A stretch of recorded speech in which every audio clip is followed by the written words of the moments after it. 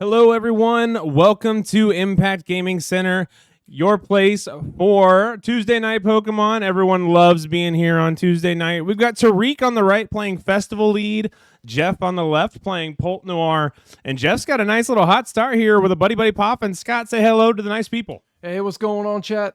We got a fun little matchup here for you. We're scouting the tables, and we saw that Festival Lead. We saw the little flash of the Sea King splashing around. We're like, ooh, we definitely got to get this on stream. Yeah, I'm very interested to see how this matchup goes. I know I played Kevin on Festival Lead, not the most recent 1K, but the one before it.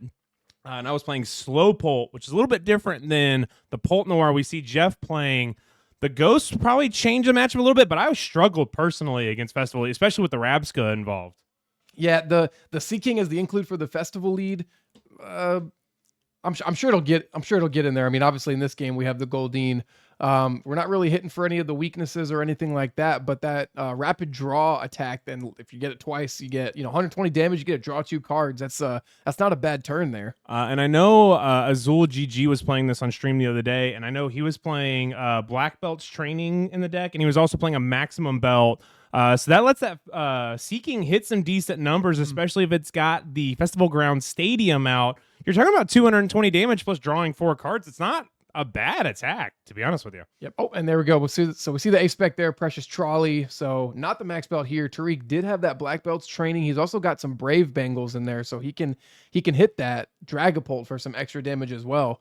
But Tariq's just, getting that Precious Trolley. It's hard to ask for a better A-Spec in a deck like this, where you want not only the Thwackies in play, but you want Diplins on the ready on the bench. So being able to get that off your A-Spec is a really good. Yeah, and I know he's got to have a turn of setup here, but I'm excited to see that Thwacky come down with that Boom Boom Groove ability. That is such a fun ability name.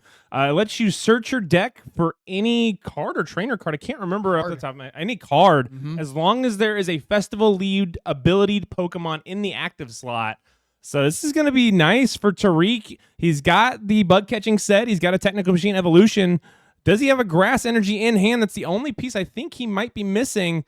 But let's see if he gets it off of these 7 cards. Yeah, and what's nice here with the Sea King specifically. So like previous what we've seen in other Festival Lead decks is they really relied on the Applin or just the Diplin, which required you to have the evolution before you can start using Thwacky's Boom Boom Groove.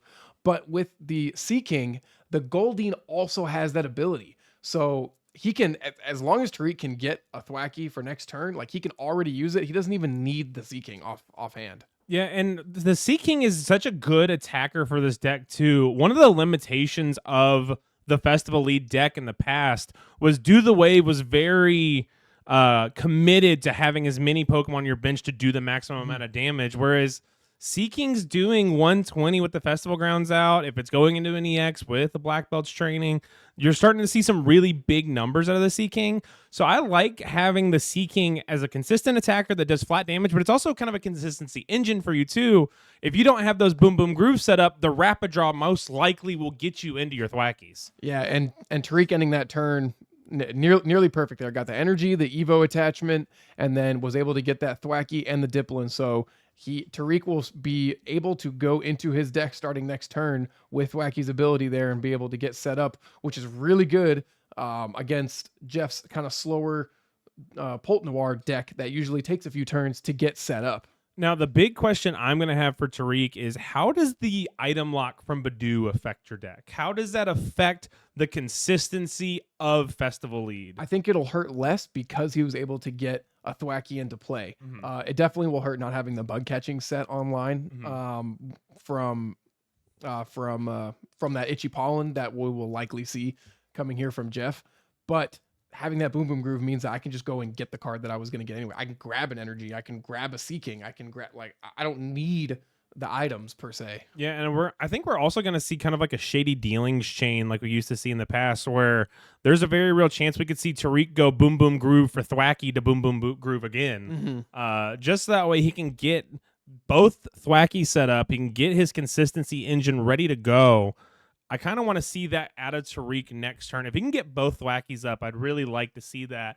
We see Jeff here evolving in to the Dracloak. So we're going to be able to see a recon directive here just to get that consistency up. You know, Dragapult's one of those decks that really relies on its stage 1 to keep the deck churning, keep the deck moving, keep the deck consistent. So you really see Dragapult players lean into that stage 1, and we don't really see a ton of rare candies. I know Tord had popularized like an aggro Pult that played 3 rare candies, really leaned on the Dust Noirs.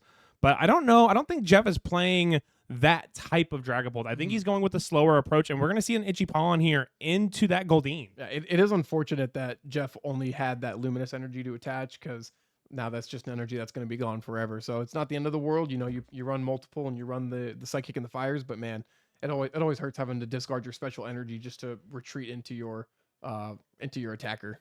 Yeah, and we're going to see an evolution here into that Diplin, and we're going to see the first Boom Boom Groove out of Tariq. I didn't see what he grabbed off that, and he also had the second Thwacky on the bench, so we're going to see double Boom Boom Groove here. Yeah, that hand was ready.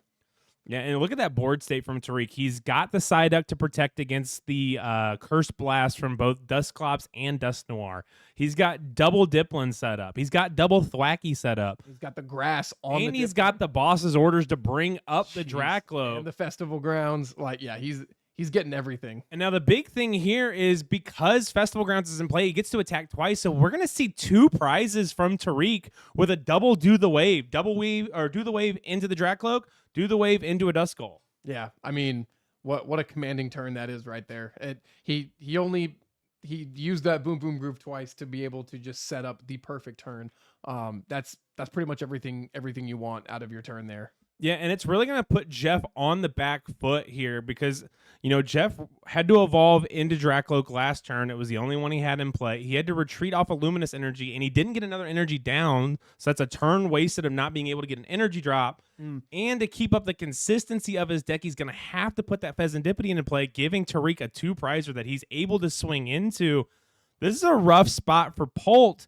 And if you're Tariq with Festival Wave, you're like, cool, I'm just going to keep doing the wave and boom, boom, grooving. Yep. It is good for Jeff. He got that jamming tower into play, so he's able to knock that, which means that's one less card that Tariq one more card that Tariq will have to grab with those boom boom grooves, as opposed to taking a more commanding board state.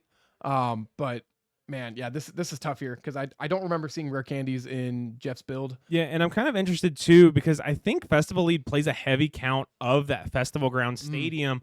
They really want to win the Stadium War with Festival Grounds because that's their main way of doing huge damage. Yep, it's a 4 of in the deck. I'm pretty sure when I was looking through Tariq's, it's the whole backbone of the deck. It's the reason why this deck sees plays, because that ability to attack twice is just so good. Yeah, and I believe Jeff only plays 1 jamming tower and maybe 1 artisan. I can't remember his stadium counts, but he's very clearly going to lose the Stadium War this game. I think he's on a 2-tower build.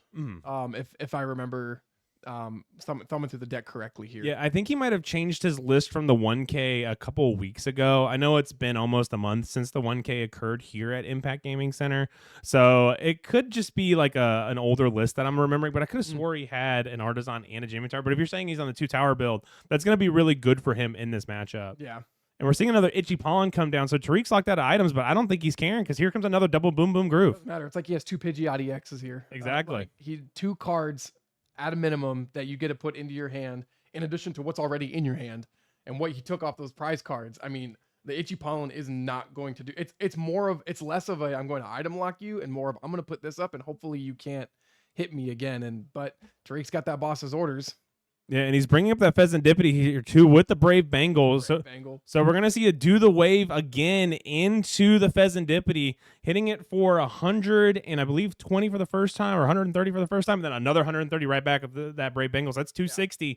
That's 2 more prizes. Tariq's down to his final 2 prizes, and there's a very good chance that Tariq can win the game next turn. Yeah, because, just Jeff not getting a Dracloak last turn, I think off of that 8-card Lilies is really what's going to seal the game here, in my opinion, because I'm assuming that Tariq plays more than 2 boss. With a deck like this, you want that gust to command which Pokemon you hit first. So unless you have the I don't even know what Jeff can do here at this point, because he's got a Diplin on the bench. He's got the 2 Thwackies. He can't use Dusclops.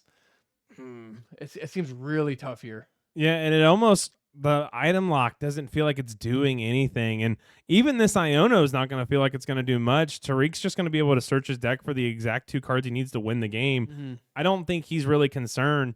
You know, we've seen a deck like Festival Lead pop up during Twilight Masquerade when it first came out, and it was the Charizard killer. That was what it was touted as the Charizard killer. And it really struggled with consistency. This was pre-Sea King because that didn't come out until Prismatic Mhm. Evolutions.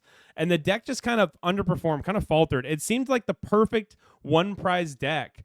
And Jeff seeing the writing on the wall, he knows that 2 Pokemon are going to go down next turn, so he recognizes that he's in an unwinnable state here and gives it to Tariq. Yeah, and that's You can see the joy on Tariq's face knowing that his little Festival Lead deck is just coming in and just demolish that Dragapult. Yeah, and as I was saying earlier about Festival League, you know, it's one of those decks that popped up right when Twilight came out, and it just lacked so much. You know, like the Thwackies have to retreat; they very easily get trapped in the active slot. Well, Air Balloon came out, and Mhm. the deck kind of struggled with consistency to set up the deck. All right, well now Goldeen and now Sea King, they're both in the deck, so it makes it more consistent. And we really saw Tariq take advantage of that consistency and really just bully Jeff's setup. Yeah. And the fact that Festival Grounds came out multiple times, back to back turns, saying, cool, punch, punch, every single time, punch, punch, it makes it just feel like you can't do anything Yeah, well, I mean, against Thwacky. exactly. When you got like the way to stop Festival Lead is to be, because its one weakness is all of its HP of its attackers are so low. Mhm. They don't play high HP Pokemon, and they don't typically play tools that buff the HP. They're Mhm. more reliant on putting Brave Bangles on Mhm. to get that damage output a little bit higher. So normally the way to get after it is to take multiple prizes and kind of cripple their setup by taking out Dipplin and then Mhm. Applin on the bench. But critically, Jeff missed that Dracloak evolve. Yep.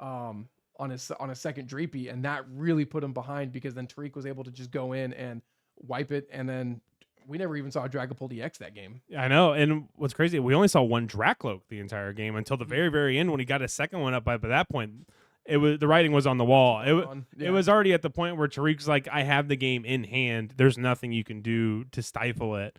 And we just saw the dominance of this one prize deck that is kind of fallen off the radar since Twilight came out. Got a huge surge in Prismatic Evolutions and still wasn't quite there, but it's popped up online a few times. I don't think it's won an online tournament, but I think it's topped online tournaments. And like I said, we know someone locally brought it other than Tariq. Kevin had brought it to the most recent 1K. Not the most recent 1K, the 1K prior to that, Yep. and lost his winning into top 8. So we've seen the deck perform. And honestly, a deck like this is just something that you don't think of. But if you're playing like a dark, heavy deck that's weak to grass, you're going to get punished. We're going to see Grimmsnarls go down. We're going to see Charizards go down. We're going to see Absols go down. And now you're talking about 3 prizers that are weak to grass. It's just a lot to handle. So I'm very interested to see if Tariq can keep the success from this round and just carry it all the way through to the final round. Put my bold prediction on final round on stream tonight will be Festival Lead versus Donzard. Locking it in. Hey, Scott's calling a shot. I don't know. I haven't seen the field tonight, so I don't know 100% what's here. But I mean, if you say Donzard versus Festival Lead, I'm not going to go against you. That's my prediction here. Well, that was round number 1 here at Impact Gaming Center. If you need Pokemon singles, if you need Pokemon sealed product, or if you need sealed product or singles for any card game that Impact carries, Impact Gaming Center is the place to go, online and in store. If you need to place your orders online, you can come in and pick them up free of charge. You don't have to worry about paying shipping costs or anything like that if you want to come pick them up. Scott, do you have anything to say before we head to the bumper? I know that was a quick round, but yeah, no, we'll see y'all round 2. Yeah, unfortunately, I don't have my retro decks. We were gonna do a retro battle on stream if we had a donk or a quick game, but yeah, I kind of forgot. So we appreciate you guys hanging out with us, and we'll see you guys here in round number 2. Have a good one.